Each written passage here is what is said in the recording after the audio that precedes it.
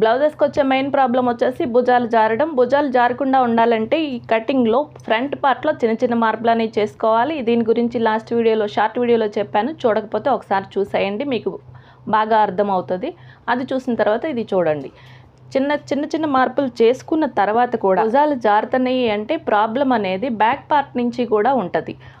మామూలుగా మనం back part ఇలా మార్క్ చేసుకుంటాం కదా, నెక్ వచ్చేసి ఇలా మార్క్ చేస్తాం చూడండి. ఒక 1/2 ఇంచ్ అంటే పైన 3 ఇంచెస్ ఇస్తే ఈ విడ్త్ కింద ఒక 3.5 ఇంచ్ విడ్త్ ఇచ్చి ఈ బాక్స్ మార్క్ చేసుకుని దీనిలో నెక్ అనేది డ్రా చేసుకుంటాం.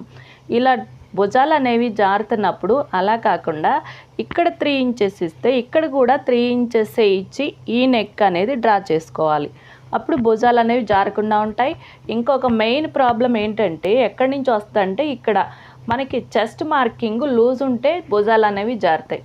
ఒకసారి చెక్ చేసుకోవాలి, బాడీ మెజర్మెంట్ కరెక్ట్గా ఉంది లేనిది చెక్ చేసుకుని అప్పుడు ఇక్కడ మార్కింగ్ అనేది చేసుకోవాలి. ఇక్కడ చెస్ట్ దగ్గర ఇది తగ్గించుకోవాలి. ఇలా తగ్గించుకున్నప్పుడు ఆమ్ హోల్ అనేది తగ్గిపోతుంది. మళ్ళీ ఆమ్ హోల్ కిందకి మార్క్ చేసుకోవాలి. మనకు చూసుకుని చెక్ చేసుకుని ఎంత తగ్గుతుందో దాన్ని బట్టి ఇలా మార్క్ చేసుకోవాల్సి ఉంటుంది.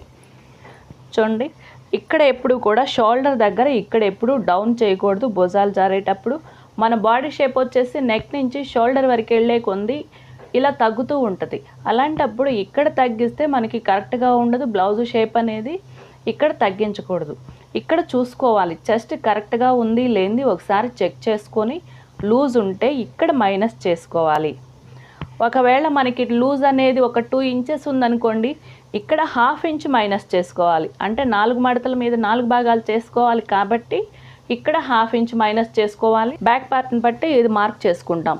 షోల్డర్ దగ్గర నుంచి మన చెస్ట్ కింద వరకు లెంత్ కూడా చూసుకోవాలి. ఈ లెంత్ ఎక్కువ ఉన్నా కూడా ఈ లూజు ఎక్కువైపోయి భుజాలు అనేవి జారుతాయి.